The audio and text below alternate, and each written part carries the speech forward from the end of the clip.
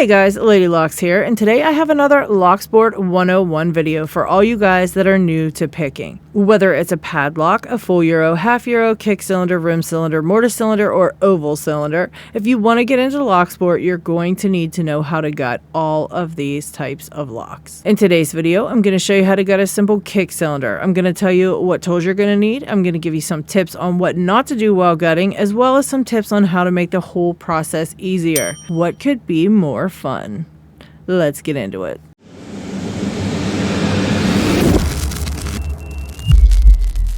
The tools you're going to need for gutting this lock are as follows. You're going to need a plug follower, and you may or may not have a core holder. It's not a necessity for the core holder, but you could use it if you'd like. A shim, a pair of tweezers or two, a pinning tray, something small that you can use to press down on the little button that is in the back of this core. If you have your key, even better. Otherwise, you're going to have to pick this lock in order to gut it, or you can shim it from the back, and I will show you the process of shimming from the back in a moment.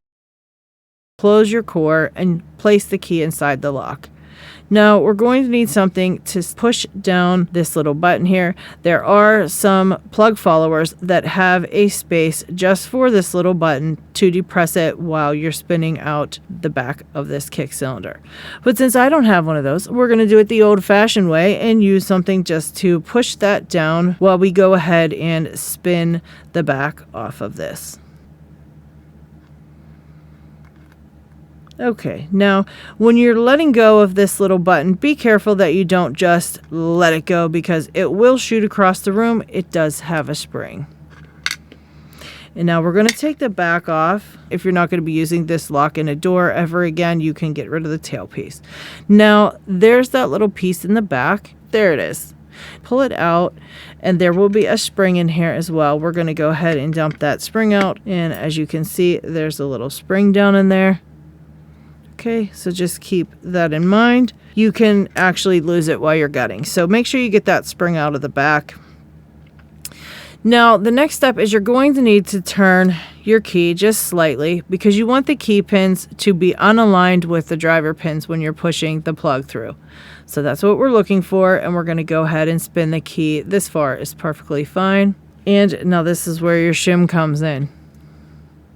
You always want to just remember that if you're in doubt at all about gutting a lock, just shim the lock.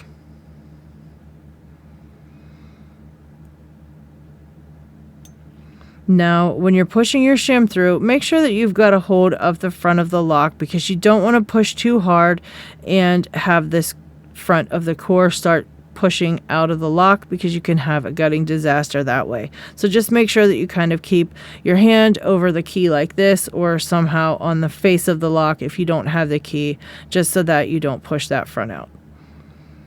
And now you're going to go ahead and take your plug follower, making sure not to have this gap lined up with the drivers, and you're going to go ahead and push it through. Now, make sure you realize which way your key pins are going to come out before you do this, because if you don't, your key pins can fall right out, and then you'll have to figure out how to get those lined back up again.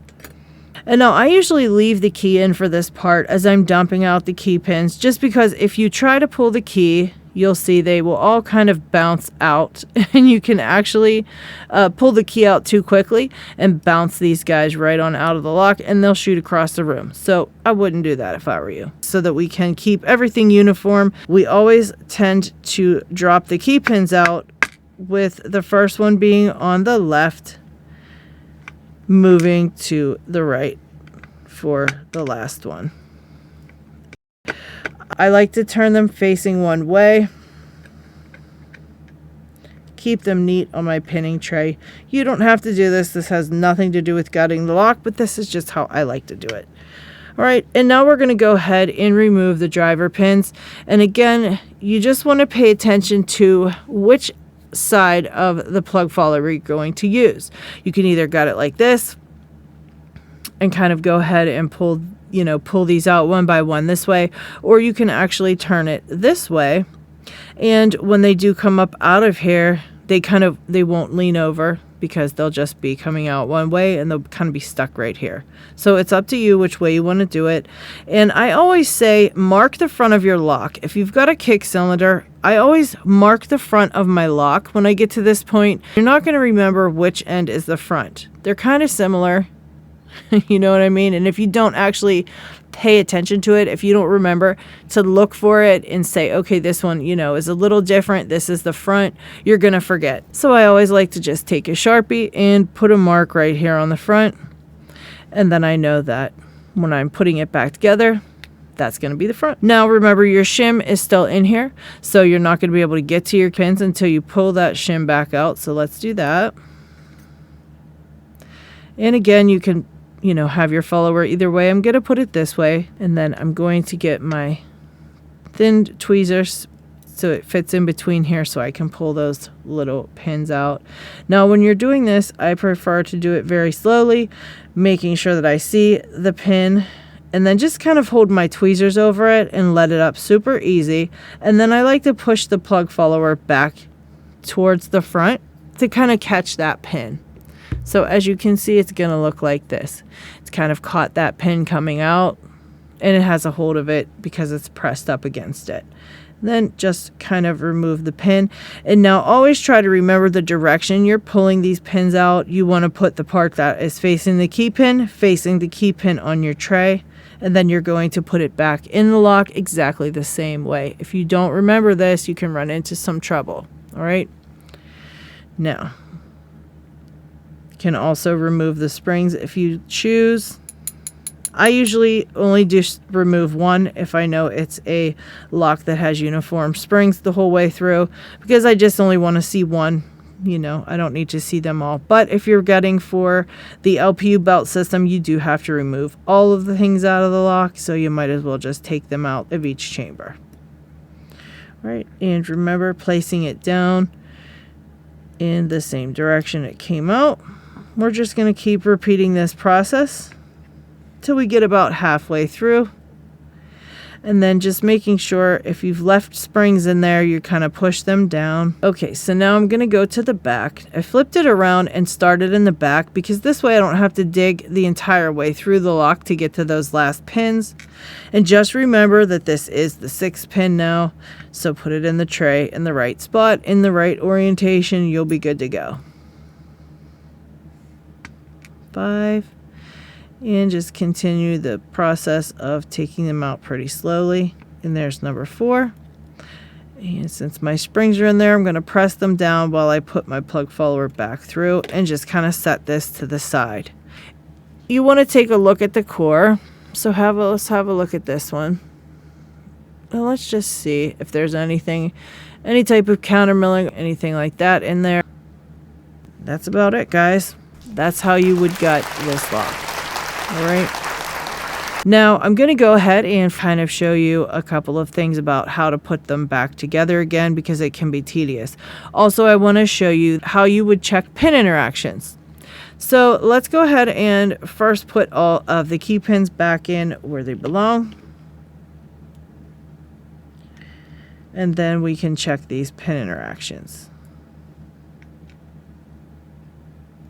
I always like to put them back in with the key to make sure that they're all going in the right place, because sometimes when you're setting them in your tray, you can accidentally bump one into the wrong spot and get them mixed up. This way you'll know that everything's going back in the right place because now it's all even. So for this next part, I'm going to go ahead and slowly remove the key and set it aside. And what you can do to check your pin interactions is you can actually just go ahead and place your driver pins right on top of the key pins inside of the core here, just like this.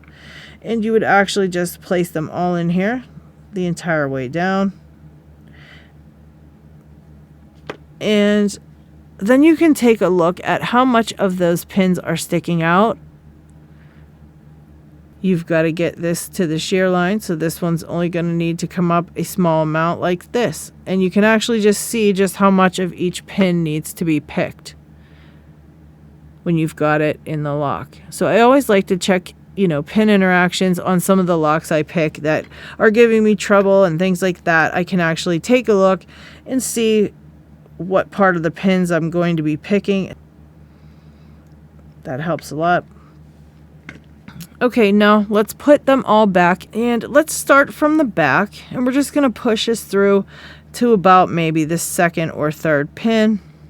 We'll go to the third one here, and then we're going to count back to the the pin we're looking for. So we're going back 3, so that's this one. And remember that the side that was touching the key pin has to be the side touching the key pin when you put it back. So just make sure you're placing it back in the right spot, in the right direction.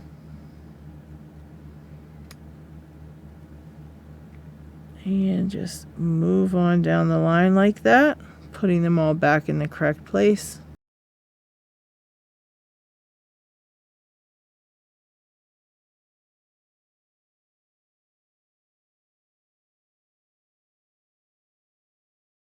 I suggest tweezers that have a little spot for pins. That may make it easier. All right, and then we're going to go flip it around to the front, and we're going to count back 3 on the front as well.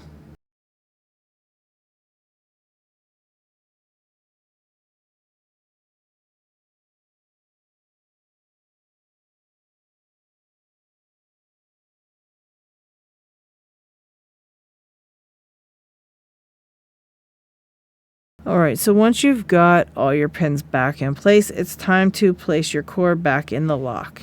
Now, you can either do this without the key or with the key, it doesn't really matter, but you're going to want to make sure to put your shim back in, and this time you're going to put the shim through the front of the lock.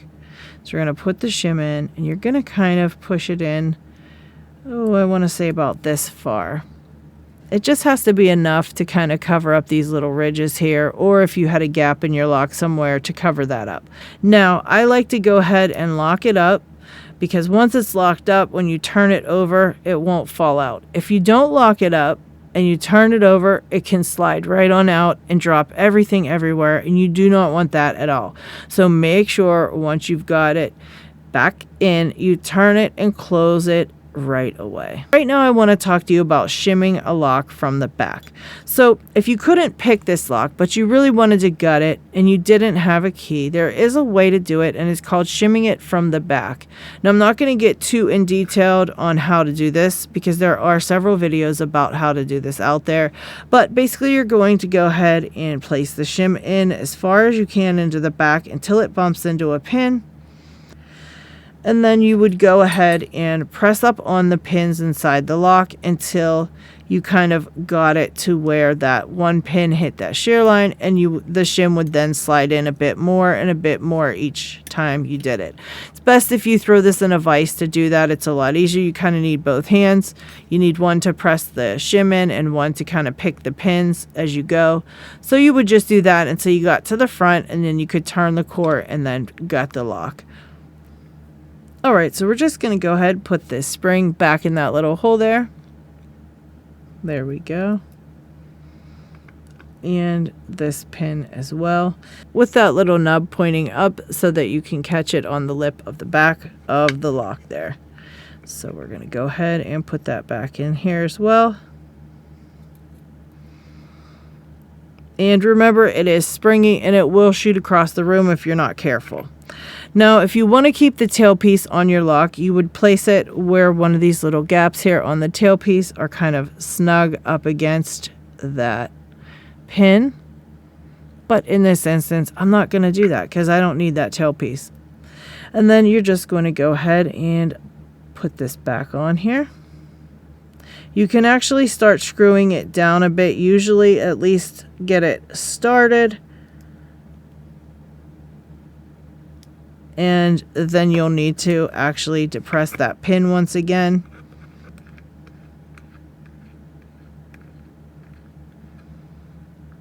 Another thing to note is if you screw that back on there super tight, it's going to be super tight for you to turn your core. If you don't screw it on far enough, when you go ahead and pull out the key, the front of the core will kind of pull out a little bit. So you just want to screw it down tight enough to where it's actually touching, it's screwed the entire way down. And then if it's too tight, you would just depress this and back it up by one little bump there, like that. And then it would be, you know, the right kind of, it would feel a little bit looser.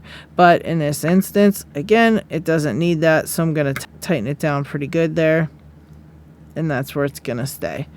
All right, that is how you gut and put back together a kick cylinder. Next time, we'll do another one of the locks that I have listed, and we'll get into detail about how to do that. If you do like this video, please give it a thumbs up, and if you like my channel, please subscribe. Also, you can check out the channel memberships I'm now offering on my channel. For more information, you can follow the link in the description. Take care, guys.